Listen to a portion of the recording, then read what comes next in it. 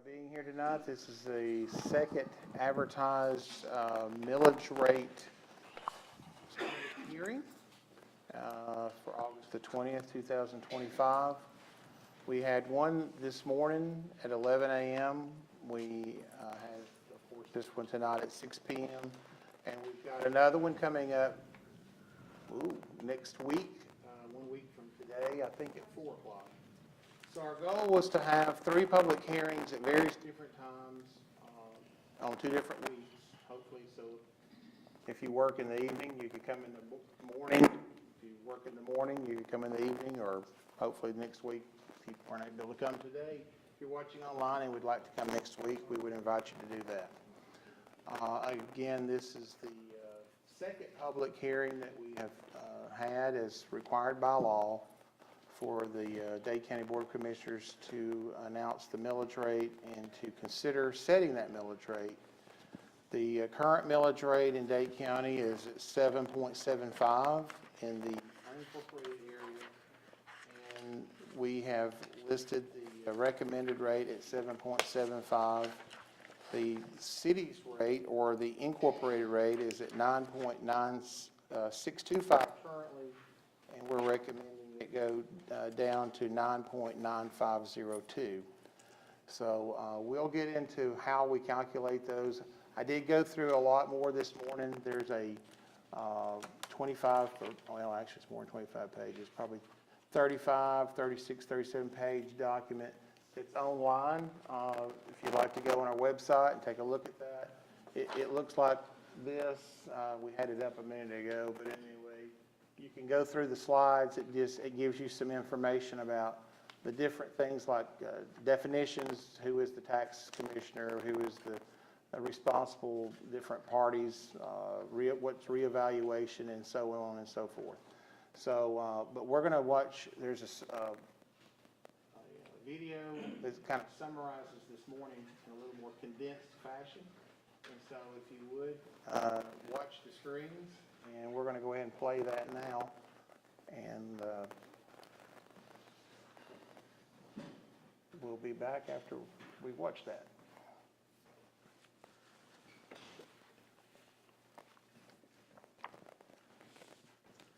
And we're not staring at y'all. We got a screen in the back, so just.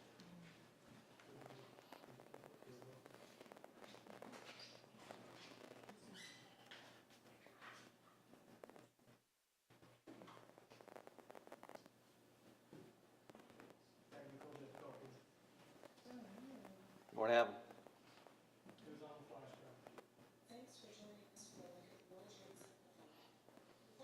About the definition of the millage rate, let's talk about why we even have to have one in the first place. In short, we have a millage rate because the state of Georgia says so. The state requires all local governments like county, city, and school boards to adopt a millage rate to pay for budgeted expenses like road maintenance, paying teacher salaries, emergency services, and more. So, now that we know why we have a millage rate, let's talk about what it is. A millage rate, as defined by the dictionary, is a rate expressed in mills per dollar. It's from a Latin word that basically means the thousandth part. Here's what it really means to us.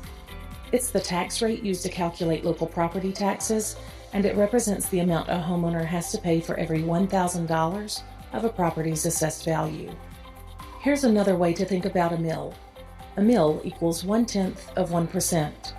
So here's an easy example. If your home's property value is $1,000, then 1 mill would equal $1. Before we get to an actual property tax calculation example, I need to tell you that in the state of Georgia, we use 2 different values to help determine a mill. One is the market value, and the other is the assessed value. Here's the difference. Market value is the current estimated amount that property can be bought or sold. Assessed value is 40% of the market value and is used as the basis for calculating the property tax levy in Georgia. So, if the market value of a parcel of real property is $150,000, then its corresponding assessed value is $60,000. Likewise, if the assessed value of a second parcel is $50,000, then its market value is $125,000. Now, let's look at the calculation of property tax for a single parcel of real property. If the market value of that single parcel of real property is $150,000, that makes the assessed value $60,000 or 40% of market value. With a mill rate of 7.75 mills or 0.00775, that puts the annual property tax levy for that single parcel of real property at $465. So how is the millage rate determined? Each local authority, like the county commissioners and the school board, come up with its own budget, while at the same time the tax assessors are valuing all real property in the county. Each of the governing authorities considers the amount of money they need to raise to fund the budget through property tax revenue, considers the property tax value or the overall digest value in the county, and then they determine the rate at which they must tax the real property value or the millage rate. And every governing authority decides their own millage rate, which can be seen on your tax bill. Now that we know how the millage rate affects property taxes, how does Dade County compare? On a national level, taxrates.org says that Dade County has one of the lowest median property tax rates in the country. And in an article from smartassets.com, Dade County was cited as having the 8th lowest property tax in the entire state of Georgia. We have upcoming public hearings about the millage rate, but before those hearings, there's one more thing that we need to discuss about the millage rate, and that's something called the millage rate rollback. A millage rate rollback is a reduction in a jurisdiction's property tax rate to offset increases in property values from the prior year's digest. Georgia law requires that a rollback millage rate must be computed that will produce the same total revenue on the current year's new digest that last year's millage rate would have produced had no reassessments occurred. Here's an example. If we have a property value of $100,000 with a millage rate of 5, the total tax revenue is $500. If that property appreciates to $125,000, in order to keep the same total tax revenue, the millage rate would have to be rolled back or decreased to 4 mills. So, even if the millage rate is kept the same, it still results in additional property taxes collected, or additional property taxes, which is why by Georgia state law, we have to advertise a tax increase. You have a chance to weigh in on the Commission's pending decision regarding the millage rate. Simply attend one of the upcoming public hearings on August 20th at 11 a.m. or 6 p.m. or August 27th at 4 p.m. If you have questions about the millage rate, please give us a call at 706-657-4625 or email us at info@dadecounty-ga.gov. Thank you for watching this presentation of the Millage Rate Simplified. All right, so I'm glad it said millage rate simplified because it's anything but simple in the state of Georgia when you calculate the millage rate. Recently posted in the paper the 5-year history, and that was a document that looks kind of like this right here. I'm sure some of y'all have seen that. And so what we're going to do now is take comments from the public. And so if you would like to come up, what we'd ask you to do is please state your name and for the record, we got a lot of people watching online, and ask your question, make your comment. I said ask a question. This is a public hearing, so we're really just looking for input, okay? If you've got a very specific question about your personal taxes, it would help to come in during the week, and we'll be glad to, I would recommend first is at least, it depends on your question. If it's about assessments, I would recommend that you go down the hall, talk to the Board of Assessors, and discuss with them what your need may be. If it's about more budget-related matters, then it would be our office. We're not quite to the collection part of the millage rate yet. Collections are, of course, done by our tax commissioner, Angie Galloway, and her process, all of our process is set by state law every year. We went through that this morning, and I could go through it again, but I don't think it's necessary at this point. But we can get into those dates if it's important to you. We recently had what's called the Notice of Assessment that was issued. That typically takes place in the month of May and then concludes in June.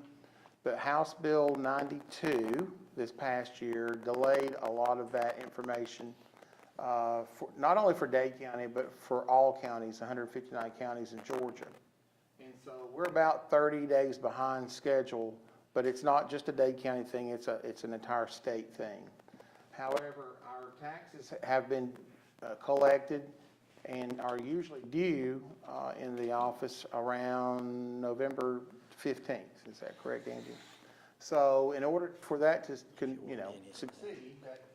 you have to have 60 days to pass, which back that up, that's somewhere around September 15th. And so this is, again, tonight we are here to talk about the millage rate process and in questions about the setting of that. Millage rate is somewhat confusing. Georgia, in the year 2000, they passed a law called the Taxpayer Bill of Rights. And the Taxpayer Bill of Rights, what that did was, is it said they didn't want counties passing a tax increase but not having the responsibility of holding public hearings and hearing from the public about that. And what that means is we could have our millage rate stay the same year after year after year. But if we accept what we consider growth in the digest, whereas if the digest 1 year is worth, well, I can just give you the exact number. Last year's digest, total digest value was $633,847,824. So $633 million digest. This year's digest is $679,112,000. And so that's an increase in the digest. Also, what you have to consider, though, in calculating a millage rate based on what we're going to need is the exemptions. It's not always just growth in the digest, but sometimes the exemptions grow as well.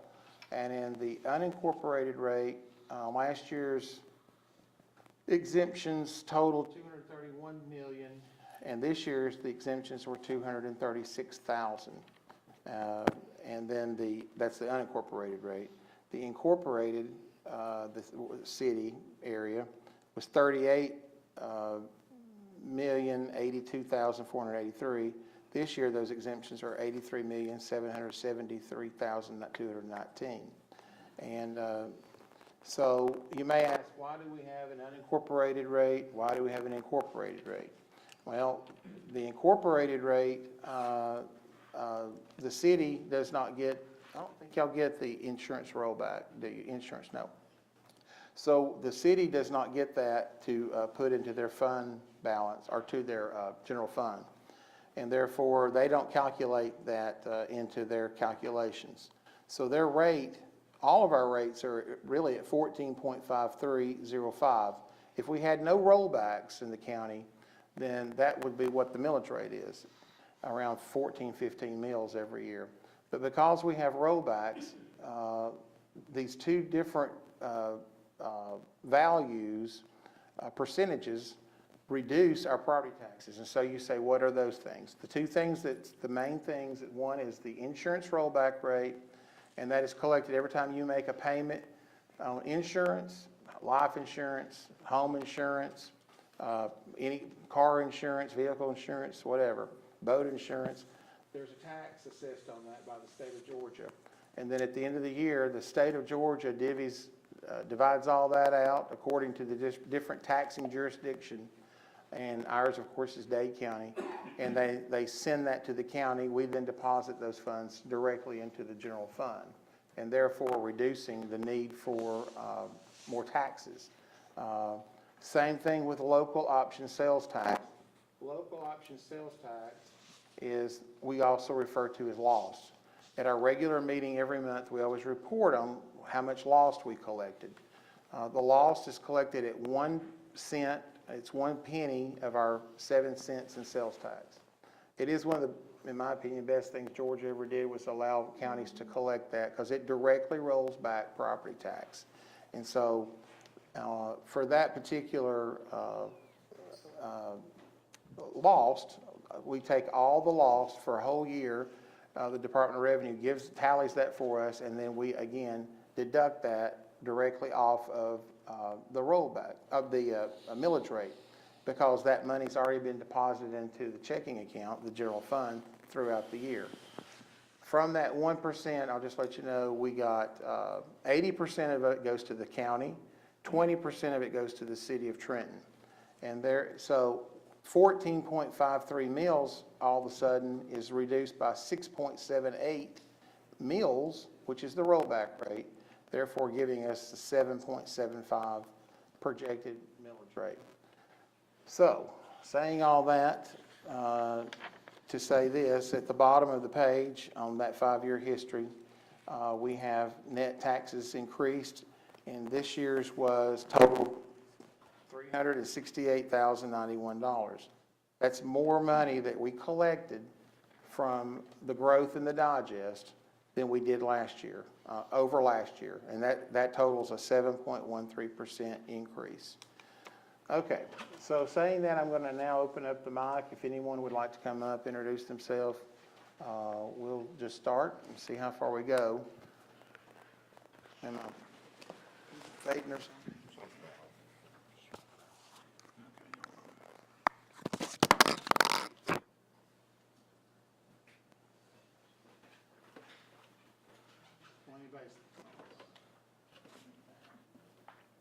Anybody's thinking about it. I will also mention that the revenues, total revenues by source, we didn't mention this morning, but this is in our annual audit.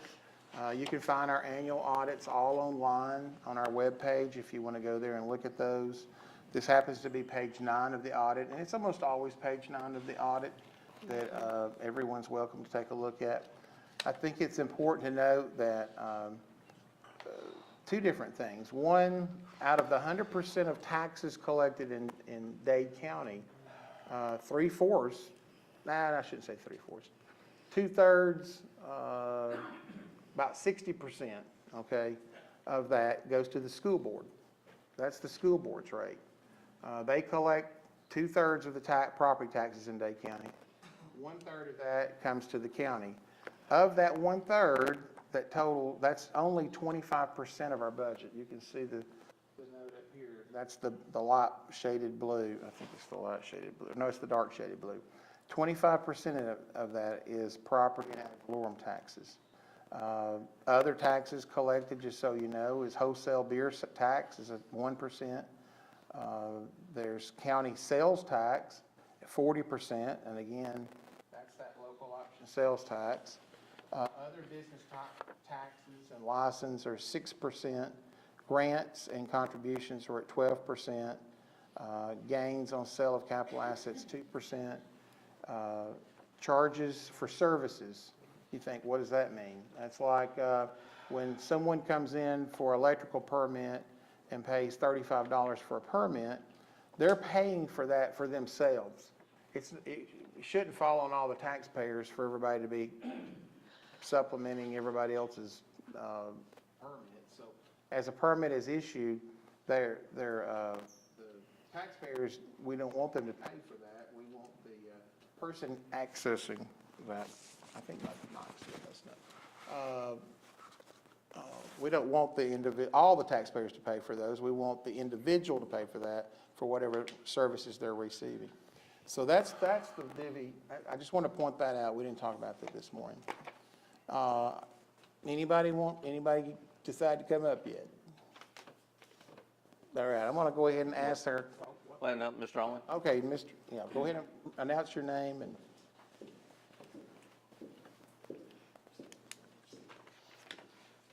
Good evening. Cliff Almond. Really quickly, as I've watched the dialogue on this and seen the comments back and forth, I simply want to remind the commission, any sort of sales, any sort of property tax increase, anything we're going to do to increase property taxes, whether it be a millage rate change or accepting the growth, most folks in this county that have a mortgage, especially young people with families, they're on a tight budget. A lot of these mortgages are in an escrow where your insurance and your property taxes are part of your monthly payment. So remember, I beg you to remember, as you make your decision The decision is not one bill a year that these folks are paid. You're making a decision to or not to increase their monthly house payment. And that could affect many families. I want to remember that. A lot of you guys have heard me harp on something before, and ultimately it is reducing the financial burden of property owners in this county. How do we bankroll the county without it being on the backs of the property owners? And there's a lot of ways to do that. There's several great people on great committees and boards working towards that goal, but I think it's through industry and retail in some form or fashion, having dollars spent here and collecting more of that 40% to see that number grow. There's growing pains in it. I believe that's a direction the commission should focus on. And maybe we could see a lower millage rate in the future and see our 25% go to 10, 15. Right. But again, just remember, when you guys make your decision, and lady, when you make your decision's affecting people's monthly bill, their house payment, and that's typically a family's largest bill. That's their biggest struggle. Right. Keep it in mind. That's Thank you. Thanks, Very Cliff. good. Very good point. We appreciate that, Cliff.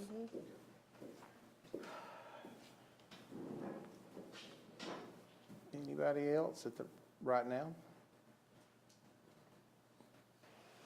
I'm going to ask, go ahead. No, you go I was ahead. going to go I'll wait ahead for it. and ask Mr. Pullen, Commissioner Pullen, if you have anything you'd like to ask or say, or, Mr. Pullen was unable to be here this morning. His wife had some medical procedures, so he's kind of, this is the first public hearing for him tonight, so we just want, I'm not trying to put you on the spot, but I want to give you an opportunity to say anything if you. I'm just trying to soak it all up. I know, it's a lot to soak up, it really is. Yeah. Philip. Oh, Oh. now we got somebody, okay. I've got something to say. Food prices, everything's gone up except for my paycheck. What's your I get name, it- sir? I'm oh, sorry. Kenneth Hart, I'm sorry. Kenneth Yeah, who? Kenneth Hart. Hardy. Hart, H-A-R-T. Hart. Art. H-A-R-T. Food costs has gone up 10%. Everything's gone up, everything. You got cows, hay's gone up, fertilizer's gone up, everything's gone up. And I'm doing everything I can to survive. And going up on a millage rate on taxes, it's not the time to do it. I agree. mean, I really don't think it's time to do it because, hey, you go to the store and you carry out $300 worth of groceries in Yeah. both hands. And a man goes to work and works all week long and brings $500 and he's got half his paycheck in his hand, both hands. And if y'all go up, y'all might do people in, and, the people that vote, you look at all the renters in this county, they don't have to pay the tax. The property owner has to pay the tax. Well, their rent's gonna go up now, and it's gonna hurt them too. I don't know if y'all have looked at that or not, but, and then I just feel like sometimes I feel like the commission is not really good stewards with our money. Not degrading anybody up there. I appreciate every one of y'all's up here. Y'all are up here for a reason. But I do feel like y'all aren't good stewards with our money. We've got a reservoir down there we're supposed to have built by 2030. Is that gonna be built? How far have we got along with that? I mean, seriously, is it gonna be built?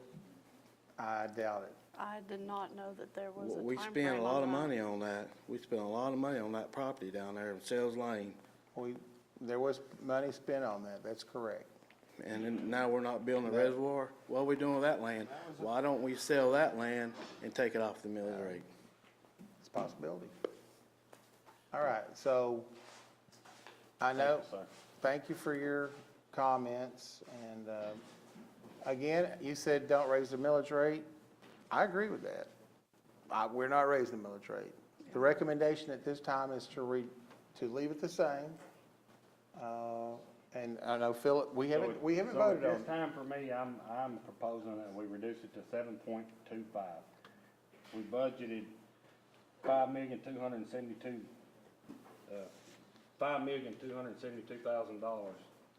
If we cut it to 7.25, we will be $83,000 less revenue than what we actually budgeted.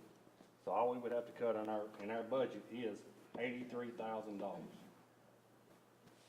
So you're saying if we reduce it to 7.25, we would still be in budget? We would be under budget, what we budgeted, $83,000. If we took the full rollback, it would be 7.009. I don't think we can do the full rollback, but I do think we can afford to do the 7.25. What did you suggest that we take out?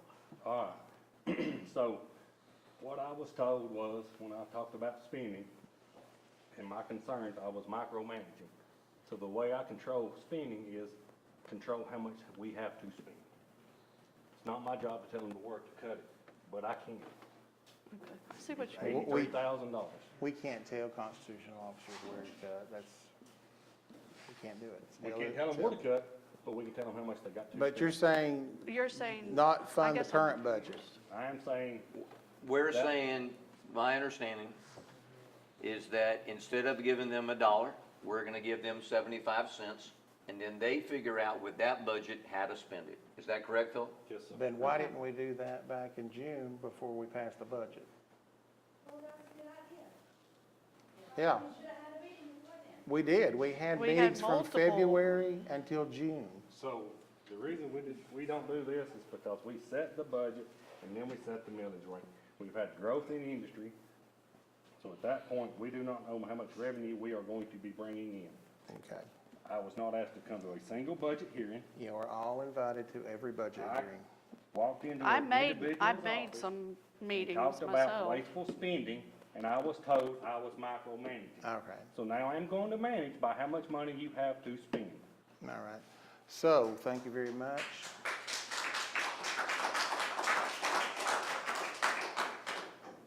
Mr. Hart, if you go online, and feel free to go to Angie's office tomorrow. She's our tax commissioner.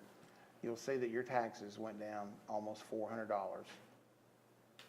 this year from the assessed value that you have currently.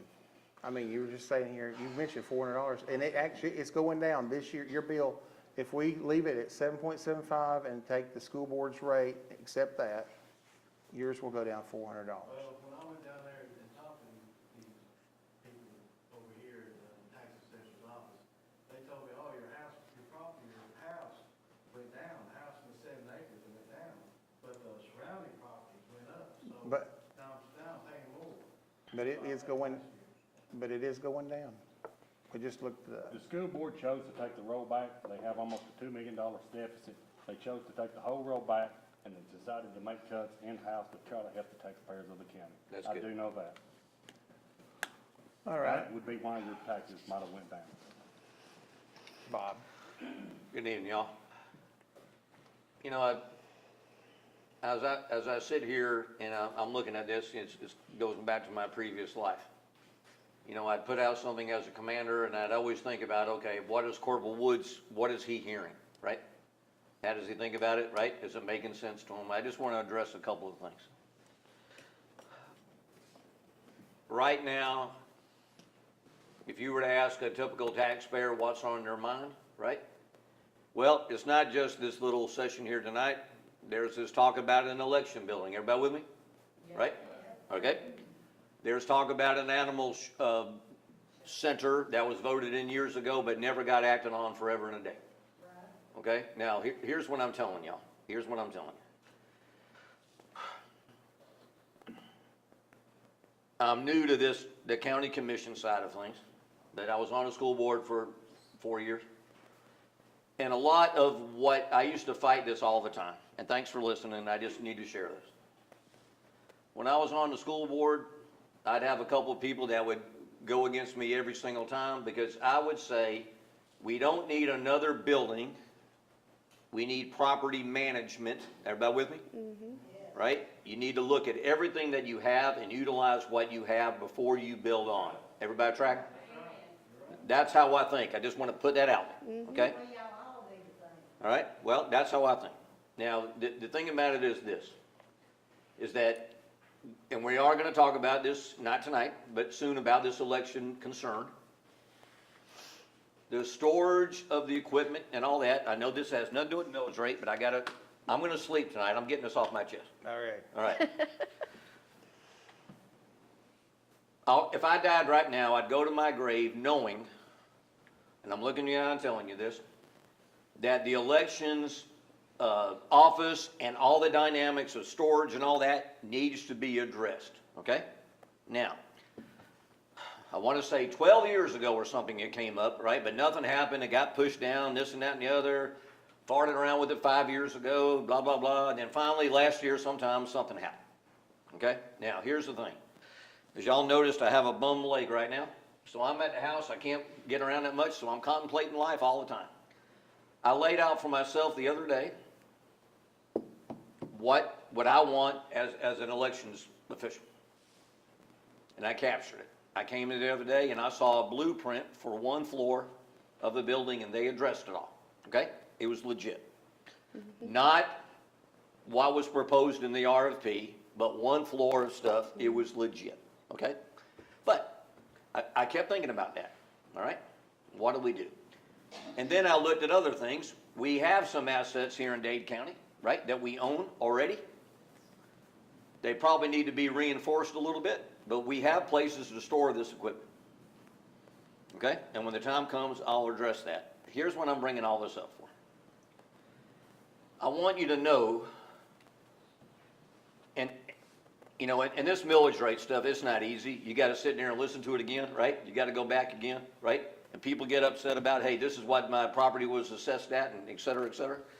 But the bottom line is, I'm just here telling you that I will do my very best, right? Right?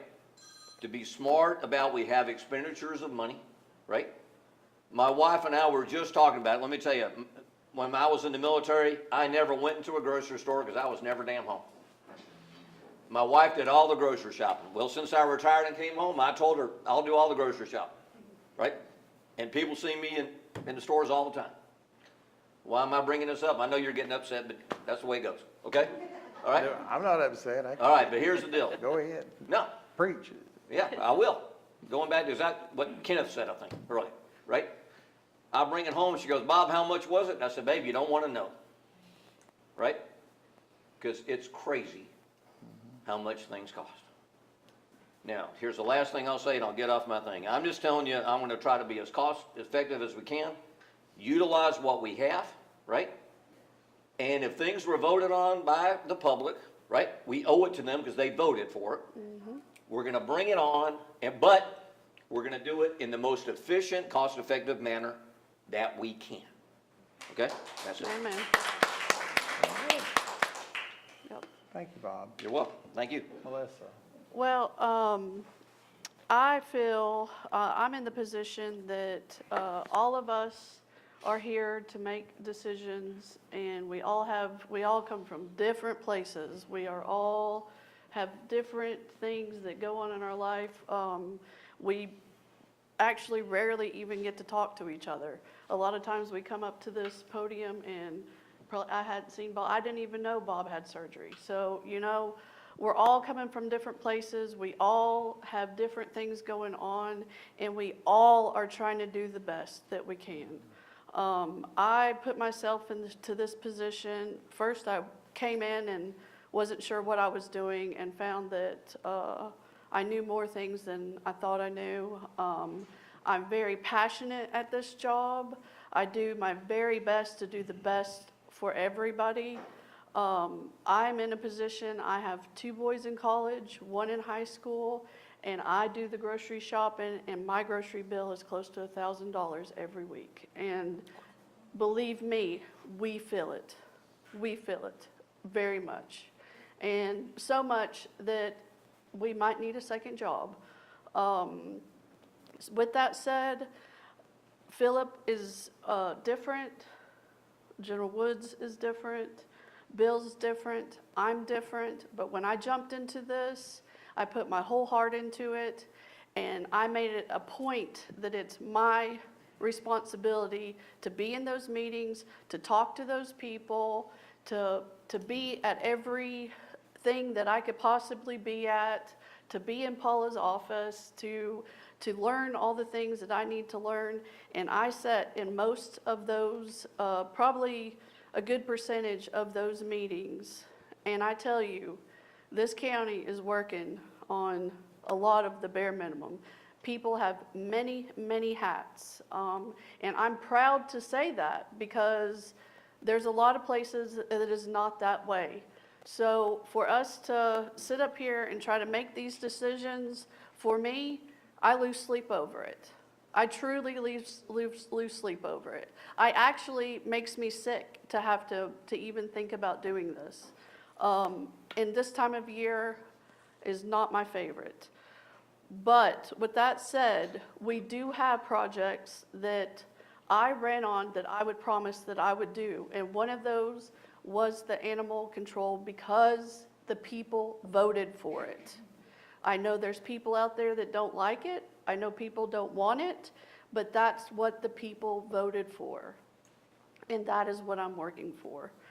And I also know that the elections needs to be built. Does it need to be built to what the specs that we have it at? No, but that's why we're having some public meetings to discuss it, to talk down, because like I said, we don't get to talk to each other that much. And we want to put it out in the public to what's going on and what's best for everybody. So it's really hard to constantly be beat down when you're over here working to do the best that we can. I am still not decided. I don't feel that that percentage would make a difference. And what would change people's taxes, and knowing that we do have a couple things coming up that really, really need to get put on the books. So I'm kind of caught in between that, unlike maybe a few other people on this board that doesn't support animal control, so.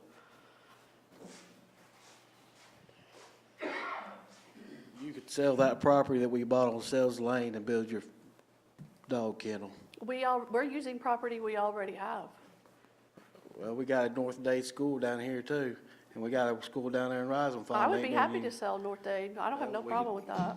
We could tear it down and use the bricks. Well, To it's build it. full of asbestos, so that would be, it'll be a cost to get it tore down.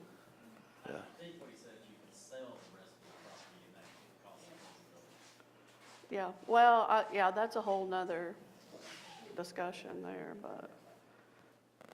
All right. Yeah, I know. A couple of things, a couple of parts. What's your name and place? Regina Duke. Regina Duke. Okay. One thing is, and I don't understand, renters, okay? The revenue that comes from the renters is the property owner themselves.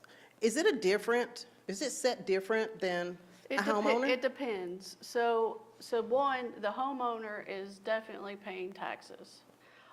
If they rent it out and it's a commercial, we're actually getting more taxes off of that. So the property owner is paying 100% taxes plus a tax for an Airbnb or vacation rental or whatever.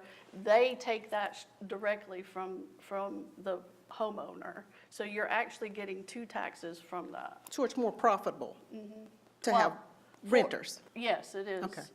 To a certain extent, not unless you're having problems. But I mean, I just wondered because the people, not the property owners, but the renters. It was said on there that part of the millage is for the services of the county, police, fire. Roads. Those renters are using all of those services, but they're not getting charged for it. Yeah, they are. Are they getting charged for it through Indirectly. the renter? How indirectly? How? So, at one time, I had 20 rental properties, and we got some other people has rental properties in here. If your property taxes is $1,200 a year, that's $200 a month. If you don't put that into there, you're losing money every month. So that renter is actually paying the property tax. When I ran mine, property taxes, maintenance, and insurance is in your cost of rent. So they are paying property taxes. It's just the property owner has to pay the bill, but he gets it through his rent. Is there some way to actually charge the renters themselves, since they're the ones that They are being use the charged. services? They In their- are being in their charged. rent. Well, Well, rent, but that's, I understand that, but to me, that doesn't equal, that doesn't come out to the same math. Yeah, You can't charge two taxes on the same place, you know? No, I'm not talking about that. I'm not talking about the renter having to, I'm talking about some other So, way. let me clear what I was saying. So a short-term rental is getting, they're actually getting taxed from the company. A long-term rental Like is the getting, apartment complexes. they're getting taxed from the county or the city, whatever they live. So they're paying their fair share. Yes. the owner is. Yeah, well, yeah, the owner is And collecting then those the owner taxes. passes that along to the renter, They probably actually pay more in property tax probably. Probably. than you do for your house. Because you're gonna charge a fee, because now you've gotta, Well, no, but you're making money. You gotta make a profit. You're making money. When you rent your property, you're making money. It's not that you're just, huh? Or it's not paid for yet. It Yeah. varies, yeah. it varies. There's pros and cons, yes. Okay, the second one is on the vote, on the elections building. And I also read today to where we haven't been in compliance for that, ever? Is that true? Yes. Okay, Well, I so, would say maybe in the so beginning. any information on I don't today know is about yes, that. we have been in compliance. you have. It depends on Yeah. what part you're talking about. I mean, Yeah. If you're talking about, I don't think we're out of compliance on any particular issue. I think I read the article early this morning, and I read it fast, so Lydia, who typed it, is sitting here and maybe can clarify, but there was a discussion, I think, maybe in the article about, or maybe it's a question, I'm getting it mixed up because you interviewed me 2 days ago, or maybe it was yesterday. Gosh, it seems so long ago. We've got individual elected officials who are in this office. I'm one of them. Angie's actually the other one. And then at times, we have 4 county commissioners sitting up here who walk through. And we also have 4 other four others plus state elected officials who walk in all the time down to our office.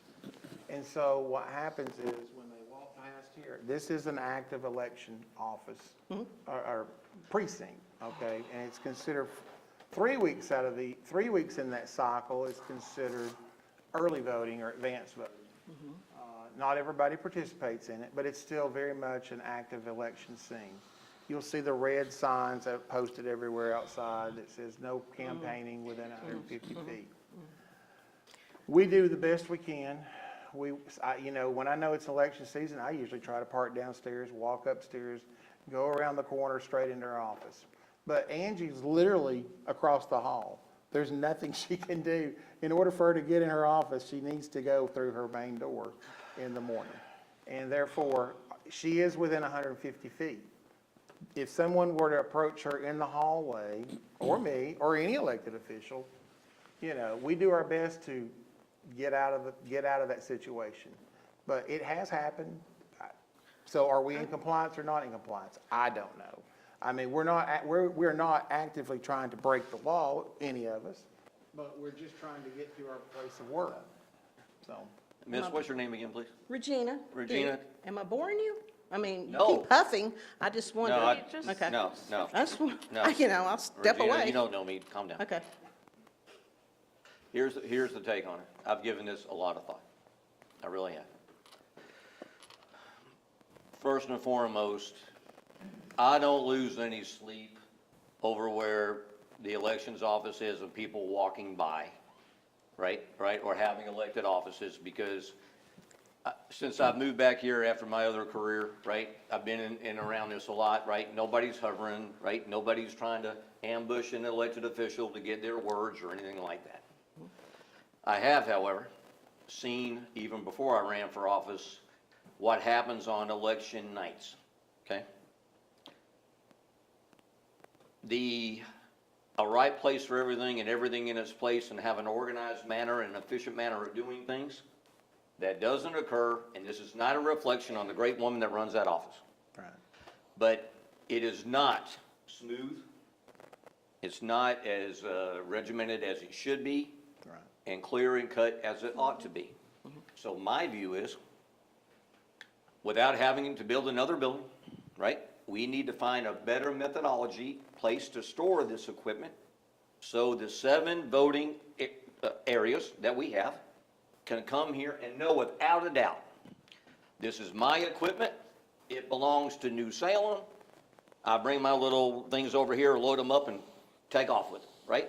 And Rising Pond this is theirs, et cetera, et cetera. Right now, if you walk through this building, it's the biggest gaggle you've ever seen in your life, because stuff is here, stuff is there, who knows, blah, blah, blah. I am leaning towards, right, finding the right answer for 2 things. One, she needs more space in the elections place, because when I watched them process the votes during my night, man, right, I was amazed how they even did it. It wasn't pretty at all, right? They got through it, but oh my gosh, was it something to watch, right? So we need to give them a little bit more room so they can do that better, and we need to find storage for all the equipment. That's what I think for the election building, man. I mean, I have no problem about building a new one, but $3 million, Well, I know, I'm just saying, I think we can even do it better than that. You know what I mean? I'm just saying that we are addressing the matter, ma'am, no doubt. who drew the plans up, or who agreed to, or how did $3 million even become? Well, I don't know where 3 million came from. Where did the architect so- come Let me interject. We're really here for a millage rate meeting Yeah, tonight. well, But- that's but- part well, of it. That's No, part of it. No, not really. This has No, got to do with the millage rate, which is the general fund. You're talking about using funds out of the SPOS, which is sales tax. They're 2 different worlds. They And do we are not having a meeting interact. for that. Well, I'm glad we've got SPOS, because we could never even consider building a building, even if we wanted to or didn't want to. Ma'am, I Now, can we've explain to got- you what. But what, let me explain. On September 2nd, at 5 PM, we're going to have a public hearing just for the elections discussion. The elections proposal, the building, do That's it, don't pertinent do it. information for everybody to know.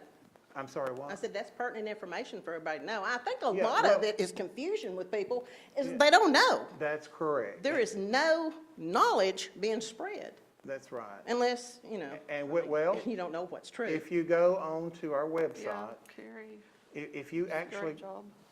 if you go onto our website, you will see quite a bit of information. I do know that 2 days ago, I guess, was when you called me and we scheduled, they was trying to figure out when they done got with everybody else and they was seeing when I could be here for that meeting for the elections building.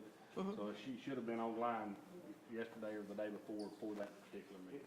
It was just, We just come up with it.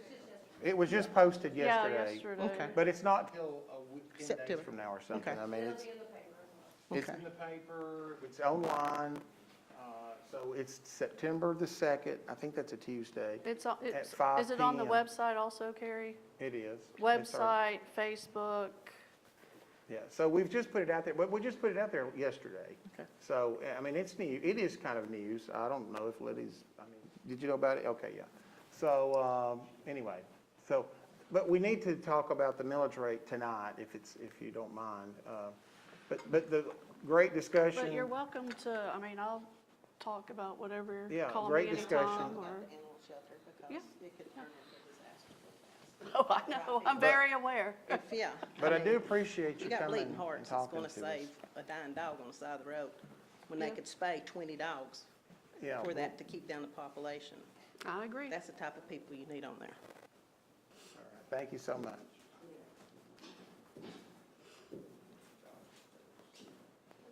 Now, Cliff, you've already been up here once. How many times? No, you this gonna- is it for me, but Mr. Hartline, Commissioner Hartline alluded to an interesting point with the rental properties.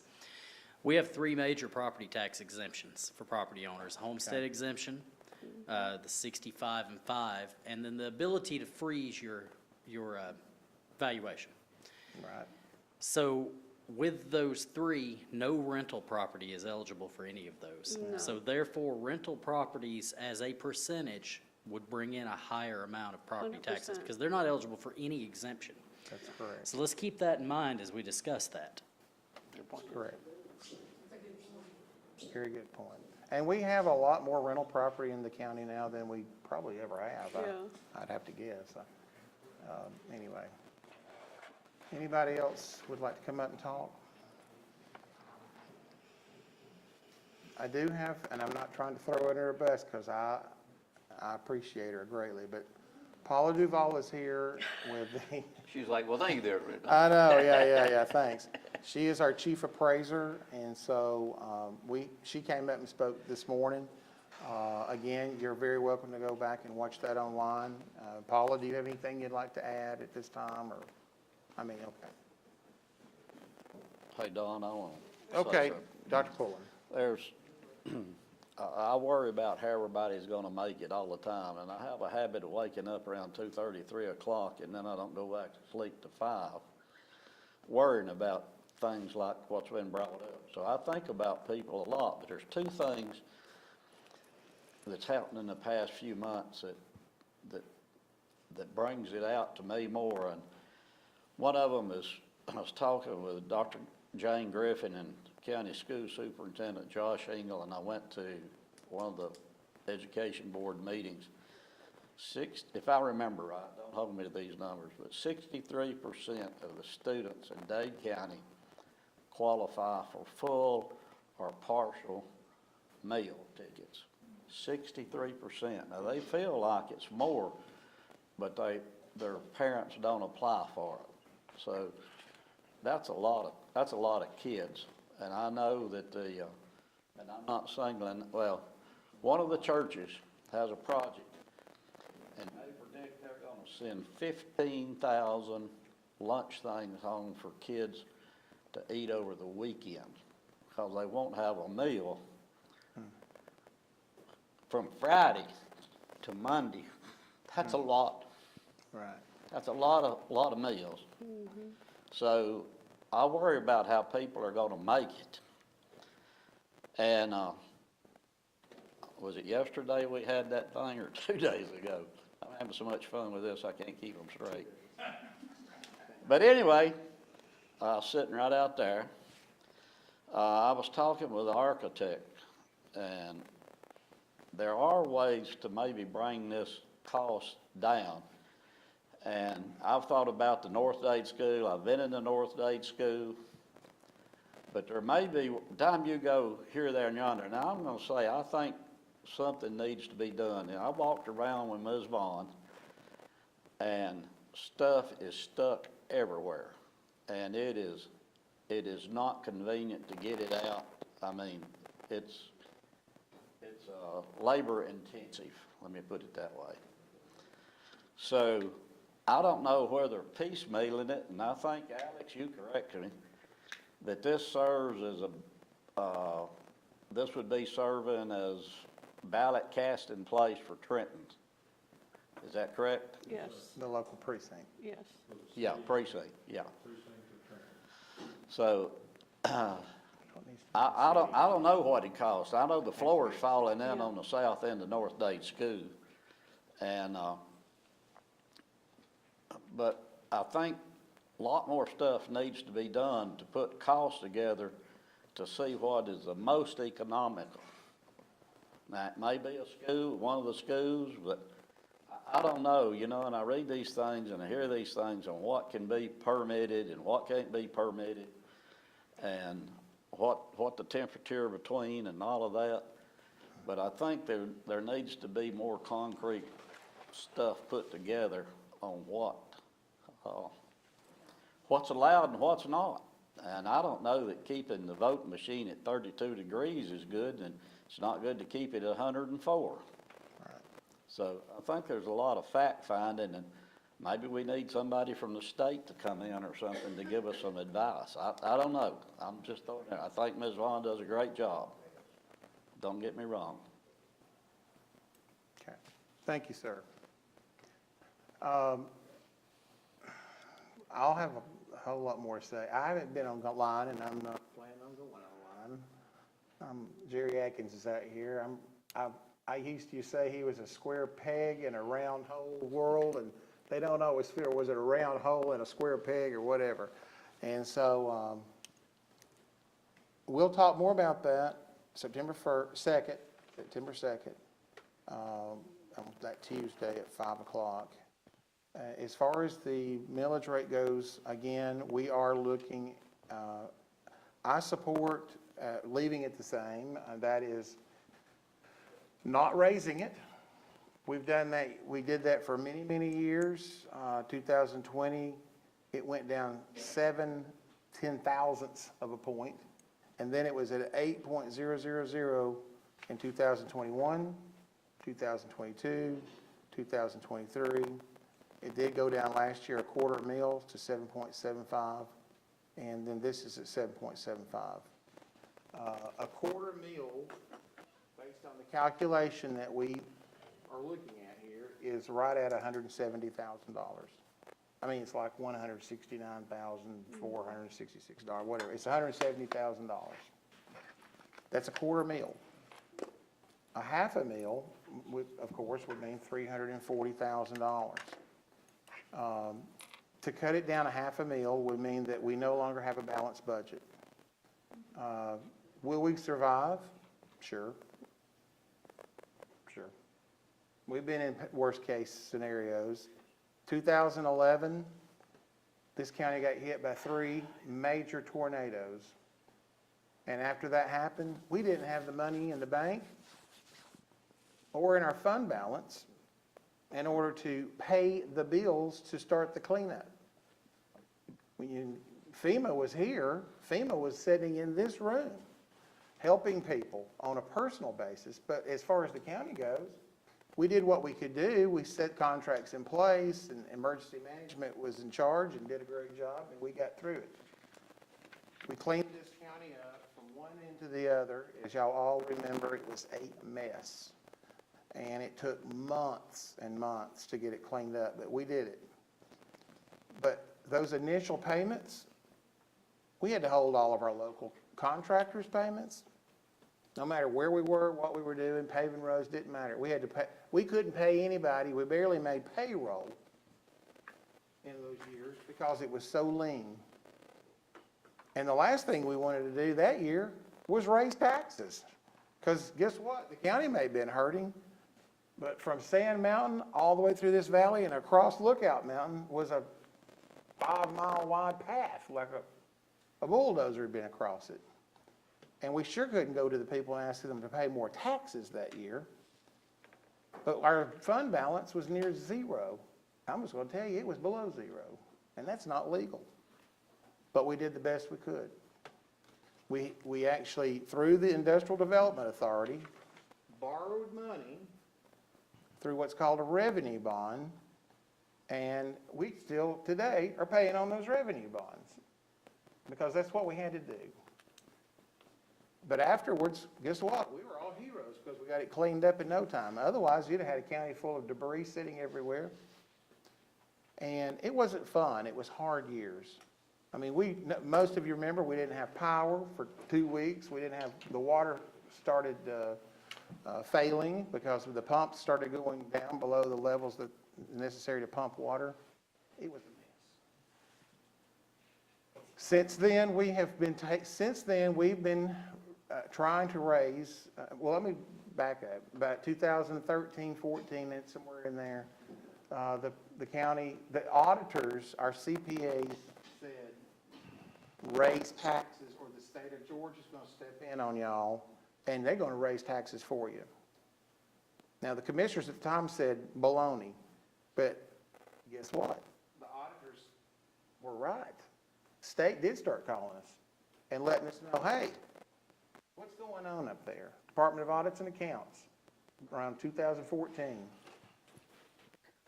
Same time, right after that, we had to have a property reevaluation because it had just gotten out of hand at the time. That's another story and another time.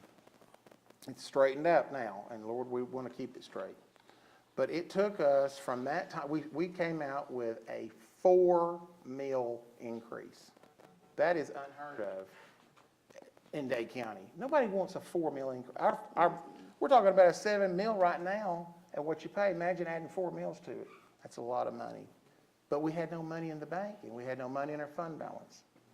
And so, of course, this room was packed full. Some of y'all were here. And they said, why in the world did you guys, and I don't know if there's a lady on the board or not at that time, I don't think so. No. Why did you guys not go up just a little bit every year? Just a little bit, 3%, 5%, whatever. What are you talking about trying to do 40% tax increase? And what could we say? We didn't want to do it, and we didn't do it. But we still went up almost 2 mills that year. I don't know if y'all recall, but it was 4 projected, and then we had to redo all the paperwork. We never got the tax digest that year, but we finally did. Didn't get the final payments until well into December that year. And started collecting, and it slowly got us out of a hole. It was a hard lesson to learn, and I was here. I was not a commissioner, but I was here and trying to help them through. It was just a mess from the long past, but we made it. And so we have been adding 200 to 400,000 roughly a year to what's called our fund balance. That's kind of like your savings account. It's not cash, it's the equity in your house, okay? It's the equity in the county. And it just takes time. Without a huge millage rate increase, you can't do it. So every year, we've been trying to take the growth. The easy thing to do is to sit here and roll back property rate, take the rollback rate. We don't have to have a public hearing. We don't have to I don't even have to tell y'all if I didn't want to. I just say roll back that rate, and I'll just keep getting elected year after year, term after term. But guess what? At the end of those terms, the county's going to be in a screwed up mess. And so that's why I'm not out to gut anybody. I'm not out to I pay taxes. I go to the grocery store. I'm by myself and my bill's $300. And I'm like, I look at the buggy. I use those little buggies. I don't even use a big buggy. It's a little buggy at Ingalls. And I'm like, I can't believe what it costs sometimes. And if you add medication into it, good Lord. So, look, if y'all want to go down half a meal, we'll go down a half a meal. If you want to go down a quarter of a meal, I might be able to buy a quarter of a meal, but I am not going to start putting the county back into a deficit situation. We can cut all we want to. We can close departments. We can shut down the parks. We can shut down public transportation. We can shut down, there's a lot of services in Georgia. You may not realize it. We don't have to fund. You'd be amazed. Ambulances. We don't have to have ambulances. When you dial 911, I had to dial it 4 times in the last 3 years for my wife. Fell on the floor and I could not get her up. Had ovarian cancer. She died December 9th, 2022. It was a tough day. It's been a tough time. I didn't even think I wanted to run for this office, but I ran because I love Dade County.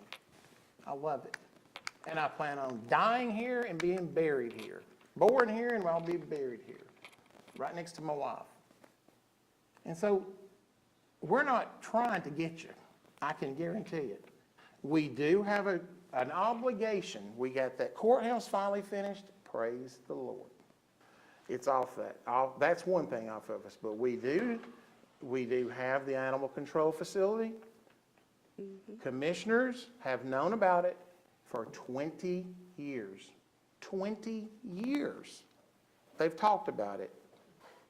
You can call it a dog pound. You can call it whatever you want to. You can say we don't have a problem in Dade County.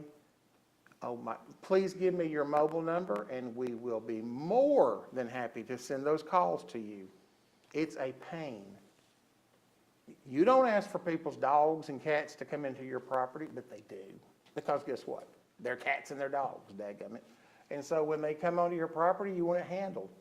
And we get the call, and if we're not here, 911 gets the call. Alex, do you ever get any calls to 911 about animals? Every day. And then they send them on over to the sheriff's department. Well, is it a vicious dog? Nope. Well, we don't have an obligation to do anything. So whose problem is it? Don't say you can just go out and shoot the dog, because if you do, that is a felony now in the state of Georgia. I didn't make it a felony. Your legislators made it a felony. So we are doing the best we can, I promise. Can we do better? Sure, we can. We can.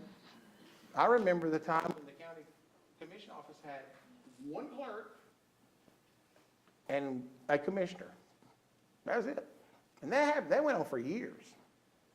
But, you know, we looked at the registration today. Well, I was surprised about this.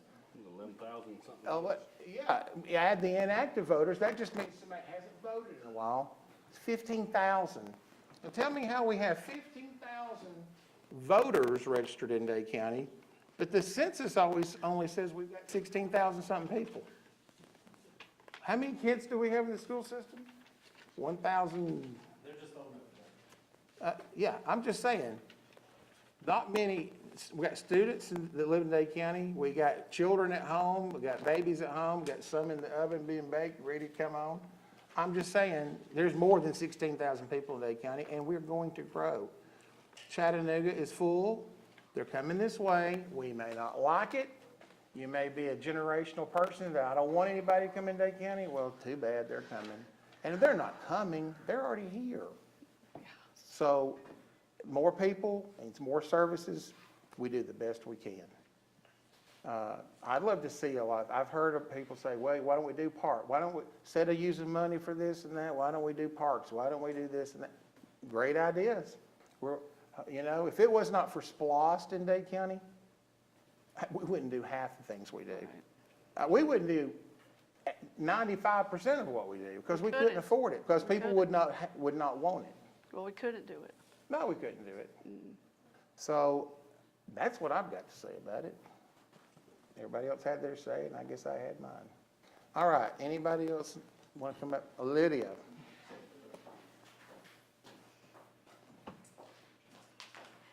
I'm Lydia. I'm with the Dade County Sentinel. I just wondered, where is our fund balance at currently? Do you know the latest update? Yeah, hold on. What was the question? Fund balance, who's it at? Yeah, it should be in that audit. In my mind, it's 1.1 or 1.2 million, that might be out. The unassigned fund balance as of June 30th, 2024 is $3,520,824. Okay. We try to have about a third, we're recommended to have about a third of that set aside for fund balance of our regular operating maintenance and operation budget, which is, let's see, what is it going to be?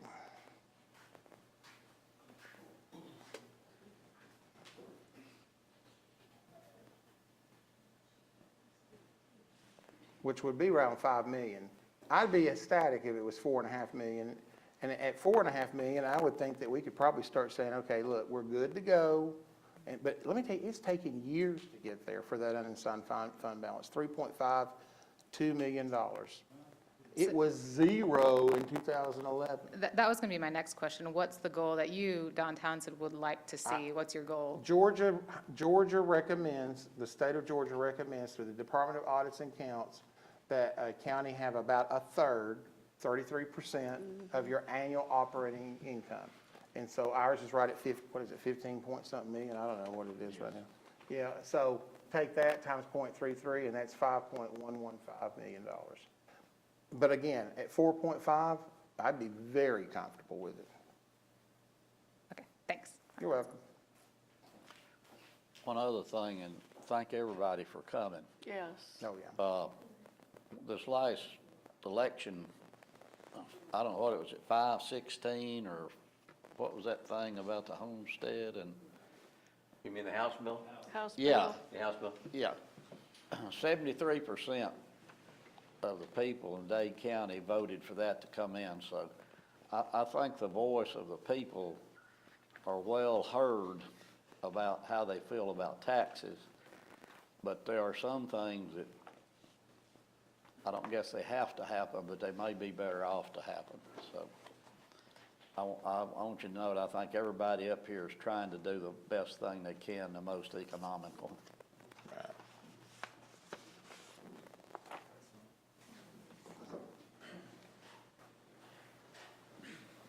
My name is Steve Kaufman. Steve Goffman? Kaufman, Kaufman. C-O-F-F-M-A-N. I got you, okay. I moved here in 2021 from Hamilton County. And, you know, when I bought my house, you know, we paid a price for it. We bought it in June. And then right after we bought it, we turned around and they added, you know, y'all added another 25% to that home value after I just paid top dollar for it. You know, I've learned a little bit here today. I didn't really plan on speaking. I didn't want to sound ignorant. But anyway, watching your presentation, it showed that, that you only charged 60% of the assessed value. 40%, okay, okay. Yeah. So on my taxes, it looks like I'm paying 100% on my assessed value from what I'm looking at. Could be wrong. Paula, would you come up, please, when he's finished? She'll help answer that.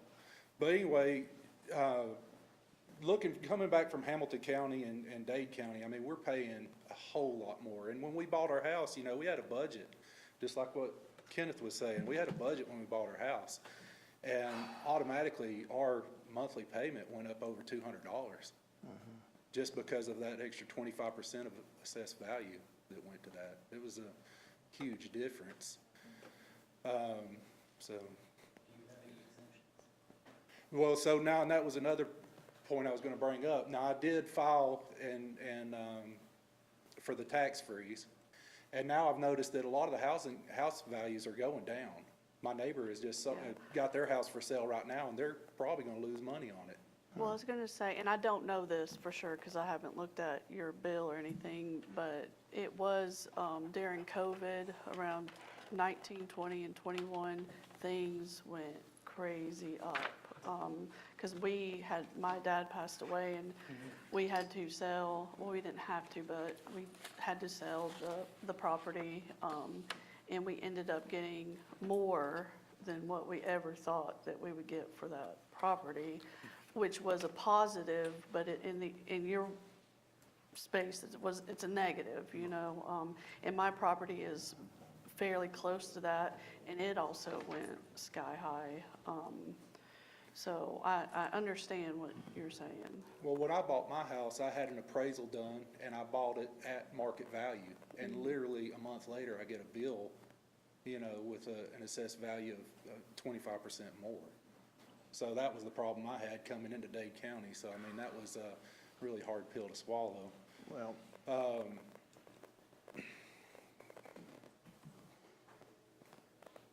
we'll get Paula to answer that for you. Are you ready? Or if you're finished, I mean, Well, whatever you also, know. I was gonna bring up too, do you know what the CEP is, the community eligibility something, it's for the schools. So if you're over 25% poverty rate, which you said, I think we were at 61%, y'all can file and get everybody free lunches. Well, it's not us, that's the school board. Oh, okay. And Well, I that mean, that's something that you could look at, though. Is that Georgia? Because I It's all know, of Georgia, yes. okay, because I know Tennessee does that, but I'm not sure about Georgia. I mean, with the amount of school taxes we pay, I feel like I everybody know should get that free they did, lunches too. I know they did the years of COVID, because our kids got free lunches. I know Whitfield does Community something, employment, because they did that, but I don't know, I wondered the I same don't know thing, that why the either. school system doesn't apply for everybody. I don't know, that's a Board of Education matter, though. We don't make that decision. We don't have jurisdiction over They that. send out to, I have a young boy that's 8 years old. And, you know, every year they send out the, you know, apply for free and reduced lunches and that type of thing. And I used to be on the school board, sir, years ago. Yeah. And the one challenge is that the state wants to have that application there, right? I mean, so they can, you know, do their thing. And unfortunately, many times, families, pride gets involved, right? Right. And they just don't want to apply, which is a sad, sad state. I'm not saying that they shouldn't give the kids lunch, don't misunderstand me, but in the mechanics of how the system works, Right, they need the they need to numbers. do that. Yeah. Well, if the school board would apply, then that would take the parents out of the equation, and then everybody. No, would get I'm to not eat. arguing with you. Yeah, Yeah. no, I got you. I think they have to have those numbers too, though, like you're saying, We'll see. to send to the state. But, yeah, it's a joint thing, I think. But I got down a rabbit hole here, but going back to what I was saying about the housing values going down, are y'all gonna reassess that? I mean, Paula, could you come on up? if the housing's going down, home values So- are going down, I mean, we should be paying less Right. taxes on it, the way I So look at it. here's the deal, the county, we're a governing authority, and we don't assess taxes. That's what the property records are for. Georgia keeps that very strictly clean because we don't need to assess property. It's too politically sensitive, and so we have a whole group that's trained by the state of Georgia Department of Revenue, and Paula is our chief appraiser, so could you help answer that? As far as, now you said you bought the property in June, is that correct? June of 2021, yeah. Okay, so Georgia tax date is January the 1st. So I'm sure you did not get the original tax bill that year because it would have went to the previous Previous owner. owner, So yeah. the value for that year would not have been based on your sale at all. It would have been based on previous sales in that area. Your sale price would not have come into play until the next digest year because of that January 1st tax date. So if your property value increased the year, you're saying you bought it in June, and then January of the next year, your property value increased, is that what you're saying? Well, the year before that, it was sold for 75% less than what I paid for it. Okay. So I would call you out on that. It was Well, not.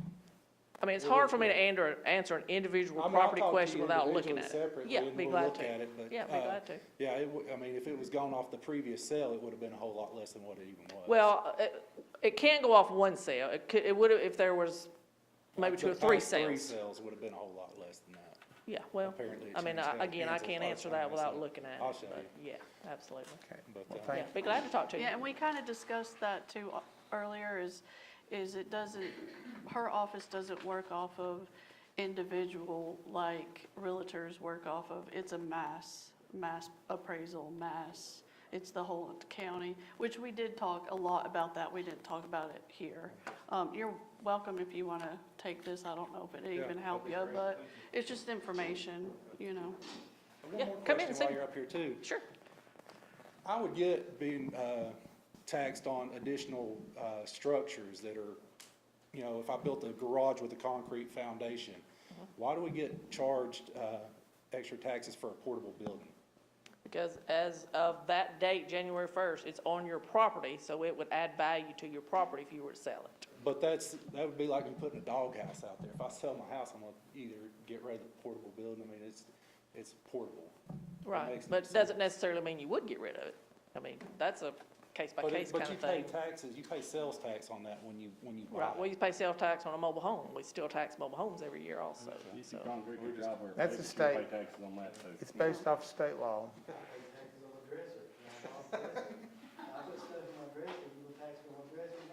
Now we're getting a little bit too far on the other side, but, okay. All right, Time to wrap it up. You come on in and see me anytime. all right. Anybody else want to talk?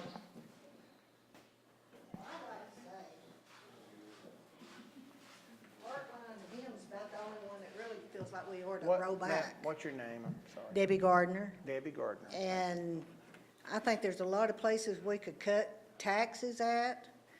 Y'all just, and Dawn, you act like you're the one that wanted to raise it all. And I think we could go do a little bit better. And we have a budget. I'm on Social Security. My Social Security ain't going up, Right. and everything else is. So I think you need to think about the older people too. Oh, thank you. And we're the ones that own a lot of this land in Dade County. I appreciate that. Thank you. Anybody else? I've got one last thing to say. For what I'm proposing, on $150,000 house, no exemptions, nothing, it's $30 savings. To us, we're left $30. That could be milk for the family for the month or medicine. It's, if you take our whole budget, it's 1.6%, it's $83,000. Or it's a 0.5% of what we said we're coming in on revenue on property taxes. I wholeheartedly, and we try to do the best we can. There is a lot of people who've got multiple facets, but the more money you make, the more money you spend. Everybody does it. I think we need, I believe we can make the cuts. The good news is, It's not gonna matter if you keep raising the assessment. That is the point of rolling it back. We can't control the assessment. The state does that. But what we as commissioners, what we can control is the millage rate. and the good news is, The good news is everyone that's spoken so far, your tax bill has gone down. Mine has not. Go, there's Angie Galloway, she's the tax commissioner, she'll look it up for you right now for you. For the first 3 years, I'm I've just, overpaid taxes when I walked in. 2 days after I purchased it, and I got taxed on buildings that were no longer there. Why do I want to go somewhere where they're not going to help me? I'm sorry, what's your name, ma'am? My name's irrelevant. Oh, okay, never mind. Sir, go ahead, you're at the podium. So, I'm trying to get this in my head, and I've got a thick head. My wife tells me that anyway. So, since 2020, well, you know, whenever everything just went up, my property value doubled. I mean, you pay $175,000 for something, then all of a sudden, boom, it's worth $350,000. And so, I was paying taxes on $175,000. Is your property Now- frozen, your value? Well, it is now. It wasn't. When It did you wasn't. freeze that? I just went to the tax office. This year? Yeah.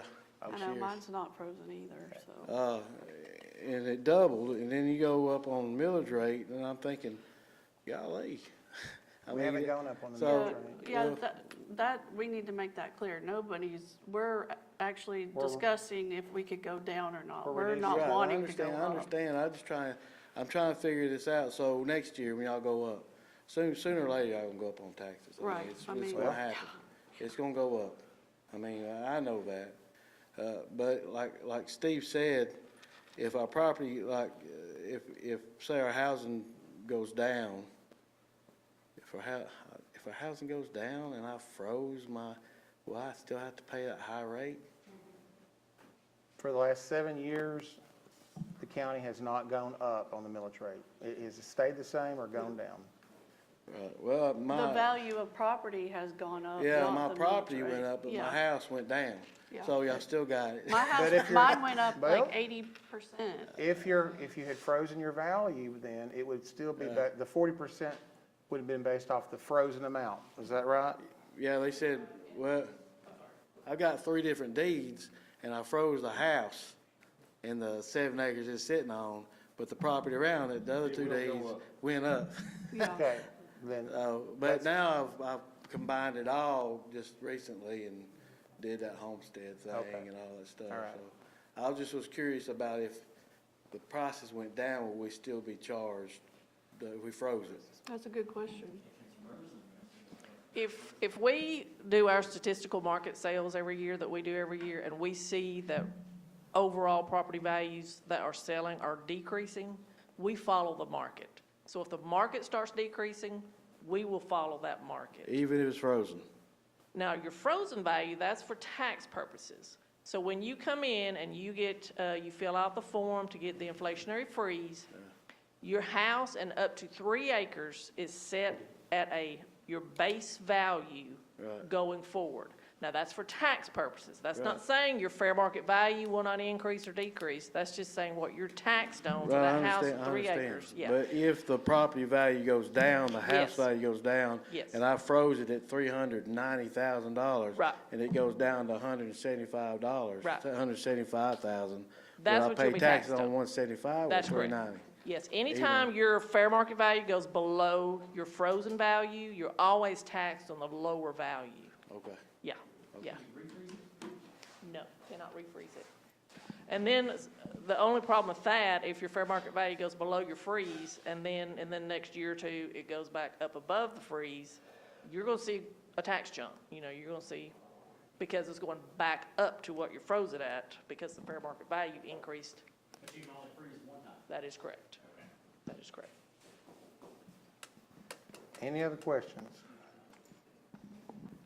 We want to thank you, everyone who showed up tonight. We appreciate the comments.